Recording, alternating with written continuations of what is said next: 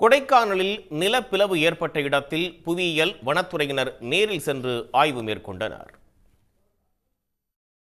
சுற்றுலா தலமான கொடைக்கானல் நகரம் சுற்றுலா பகுதியாக இருந்தாலும் நகரை சுற்றி ஏராளமான மலை கிராமங்கள் அமைந்துள்ளன. கொடைக்கானலின் கடைக்கோடி மலை கிராமங்களில் குடித்தண்ணீர் சரியாக வராததால் குடிநீர் குழாயில் உடைப்பு ஏற்பட்டுள்ளதா என கிராம மக்களே ஆய்வில் இறங்கினர்.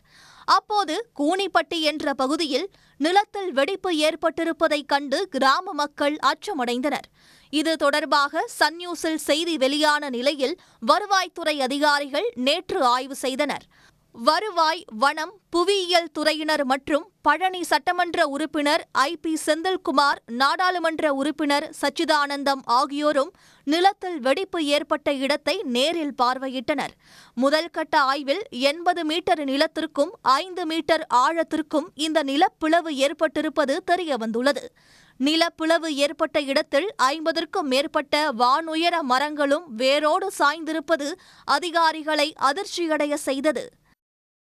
இந்த வாய்க்காலில் தொடர்ந்து தண்ணீர் குளத்திற்கு செல்லக்கூடிய அந்த ஏற்பாடுகளையும் செய்வதற்குரிய விஷயங்களை குறித்து நாங்கள் பேசியிருக்கிறோம். எனவே இந்த பிரச்சனை குறித்து அரசு கவனம் செலுத்தி இருக்கிறது. நிச்சயமாக எதிர்காலத்தில் இது போன்ற பிரச்சனைகள் நடந்திராத வண்ணம் தடுப்புகளை ஏற்படுத்த வேண்டியது அரசினுடைய கடமையாக இருக்கிறது. தண்ணி பூந்து போனதுனால மரங்கள் சாஞ்சிருக்கு. ஆழமான வேர்பிடிப்பு இருக்கிற மரம்னா சாஞ்சிருக்காது, இருந்திருக்கு. ஆகவே இது முழுக்க முழுக்க மண் பகுதியாகவும் இருக்கு. பாறைகள் அதெல்லாம் இருந்துச்சுன்னா கூட அது தடுத்து நிறுத்தப்பட்டிருக்கும். மண் பகுதியாக இருக்கு. ஆகவே இதை பற்றி முழுமையாக ஆய்வு பண்ணி ஜியாலஜி டிபார்ட்மெண்ட்லேருந்து முழுமையான ரிப்போர்ட்டை தமிழ்நாடு அரசு கொடுத்தாங்கன்னா அது தேவை ஏற்பட்டால் இந்தியன் மெட்டலாஜிக்கல் டிபார்ட்மெண்ட் கூட அனுப்பி ஆய்வு பண்ணுவோம். ஃபிஷர் ஃபர்தராக டெவலப் ஆகுமா, நெக்ஸ்ட்டு இதை எப்படி நம்ம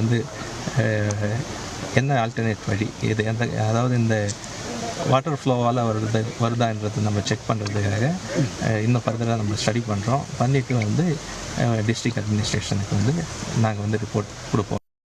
வறண்ட மண் பகுதியாக இருப்பதால் இந்த பிளவு ஏற்பட்டிருக்கிறதா என்ற பல்வேறு கோணங்களில் அதிகாரிகள் ஆய்வுகளை தொடர உள்ளதாக தெரிவித்தனர். சேட்டிலைட் படங்கள் மற்றும் பல்வேறு கருவிகளை கொண்டு ஆய்வு செய்த புவியியல் அதிகாரிகள் விரைவில் முழுமையான அறிக்கை வெளியிடப்படும் என்று தெரிவித்தனர். சன் நியூஸ் செய்திகளுக்காக செய்தியாளர் கார்த்திக்.